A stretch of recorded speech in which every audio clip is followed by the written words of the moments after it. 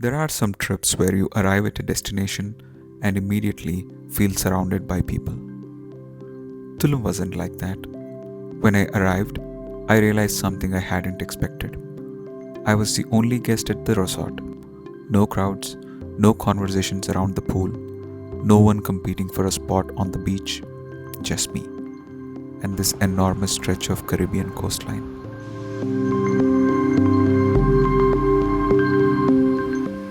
For a little while, it genuinely felt like I had discovered a place that belonged to me. The beach felt private, the paths felt endless, even the ocean seemed quieter. And when you are completely alone in a beautiful place, something interesting happens. You stop experiencing it as a tourist.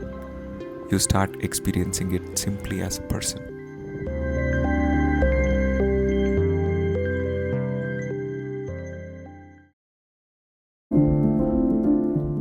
Day 2 began with a completely different energy. The sun broke across the horizon, and high up in that open blue, a lone frigate bird was cutting through the air. No frantic flapping, no rush. Looking up at it, I felt like that was me, completely untethered.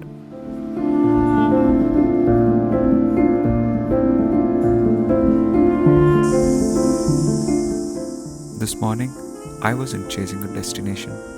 I was just moving through the jungle on two wheels. That's the beauty of solo travel. You don't always need a plan. You just follow the road and see where it takes you.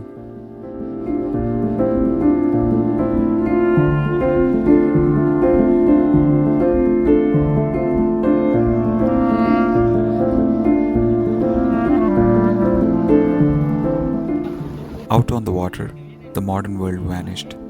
No hotels, no roads, just the raw limestone cliffs and the turquoise sea. Dropping into the water, floating weightless above the reef, I could understand why the Maya chose this place. The sea wasn't just scenery, it connected communities, carried goods, and sustained an entire civilization whose presence is still carved into this coast.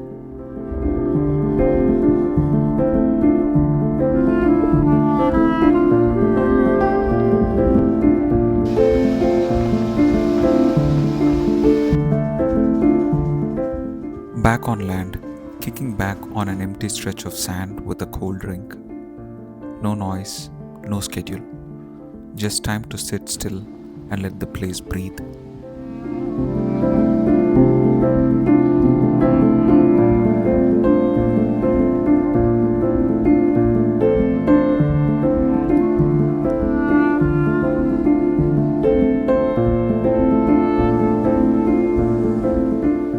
Along the trails, the real locals are everywhere. Spiny tailed iguanas sunning on ancient rock, completely indifferent to time. Unconcerned, unhurried, existing entirely in its own world before vanishing into the canopy. Moments like this remind you you don't get to keep them, you just get to experience them.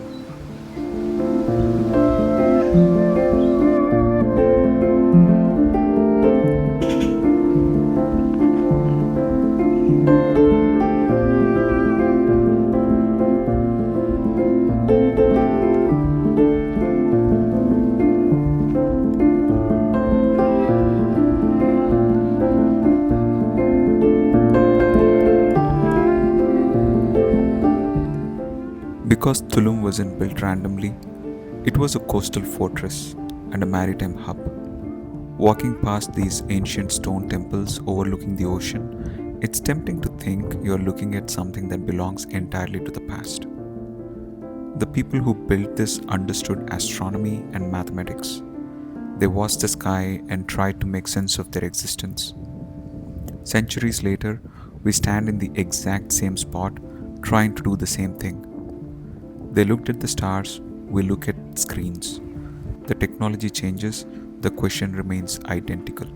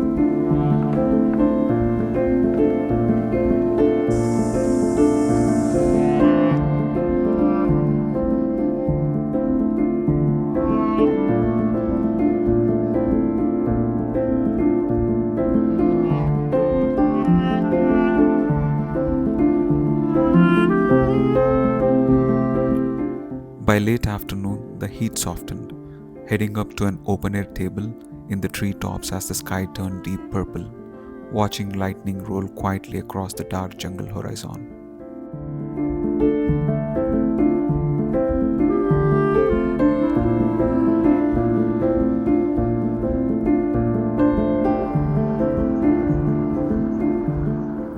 Around 8 at night, I got back on the bicycle. No destination, just an empty road cutting into the dark. There is something liberating about riding through an unfamiliar place at night with no one waiting for you. For a few minutes, you're not a visitor, you're just moving.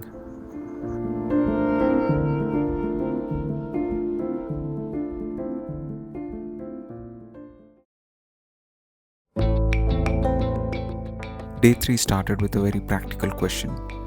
What time does Gran Cenote open? Because apparently, even after all that philosophy, you still have to check the opening hours. Stepping onto the wooden platforms right at the opening before anyone else arrives, the water is dead calm, crystal clear, and completely silent. Floating through the cavern passages, watching freshwater turtles glide effortlessly through the submerged rocks below.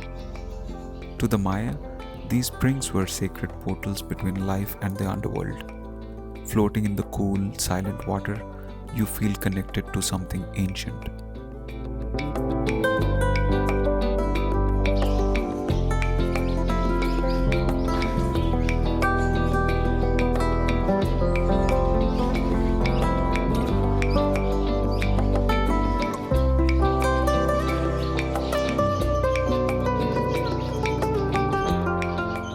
And right on the exit deck, another resident with zero interest in leaving. Completely unconcerned, living entirely in the present. Eventually, every journey loops back. The road that brought you in takes you out. The silence turns back into traffic, and you find yourself back at the airport terminal. Tulum was never mine, even when the resort was empty. Even when the shoreline felt completely private, I was only passing through, just like the frigate bird. Perhaps that's the real beauty of travel. Not that we get to keep a place, but that for a moment, a place becomes part of us.